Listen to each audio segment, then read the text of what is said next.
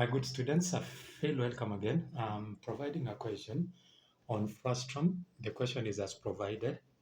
The upper and the lower diameters are 7 and 3.5 respectively. Now you are told to take pi to be 22/7, and by so doing, you are told to calculate the total surface area. Now I'm going to approach this particular question in a different ways. I've said because this is a glass, so it tells you the upper part is open. The only part that is closed is the bottom and the curved surface.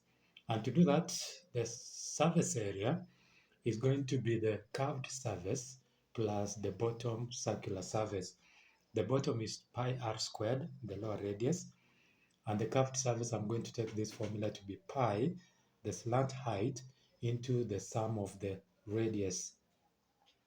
Now, by doing that, remember L is the slant height, that is the hypotenuse, and I'll try to use the Pythagoras theorem, and by so doing, I'll get that slant height to be 10.15 centimeters. Then substituting into that particular formula, I'll have pi times 1.75 squared, that is the radius, plus pi times 10.15 into 3.5 plus 1.75. By so doing, I'm getting 1.77.1 squared centimeters. The second part of the question was asking to find its capacity. Remember, the capacity is the same as volume. And I want to approach that particular question using this particular formula where volume is equals to a third height, that is the height of the frustum, area 1 plus area 2 plus the square root of the product of the two areas. Remember, area 1 is your choice. Remember, area 1 and area 2 are actually the area of the circular parts, the bottom and the upper. So whichever that you choose to be your A1 and A2 matter less. And therefore, for this case, I've chosen A1 to be the upper and A2 to be the lower. And by so doing, I've gotten the areas 12.25 pi and the area 2 to be 3.0625 pi.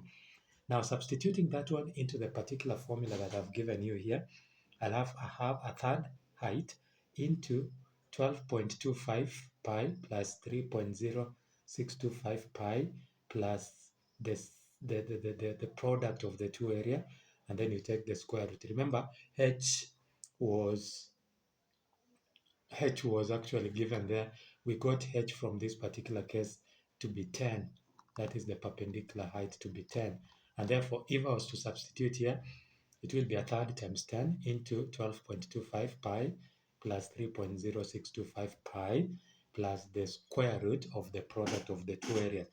And by so doing, I'm getting 224.6 cubic centimeters. Remember this, that the volume of frustum without going issue of similarities and enlargement can be gotten cheaply by applying this particular formula, as well as the surface area of a frustum can also be gotten by pi L and then the sum of the radii.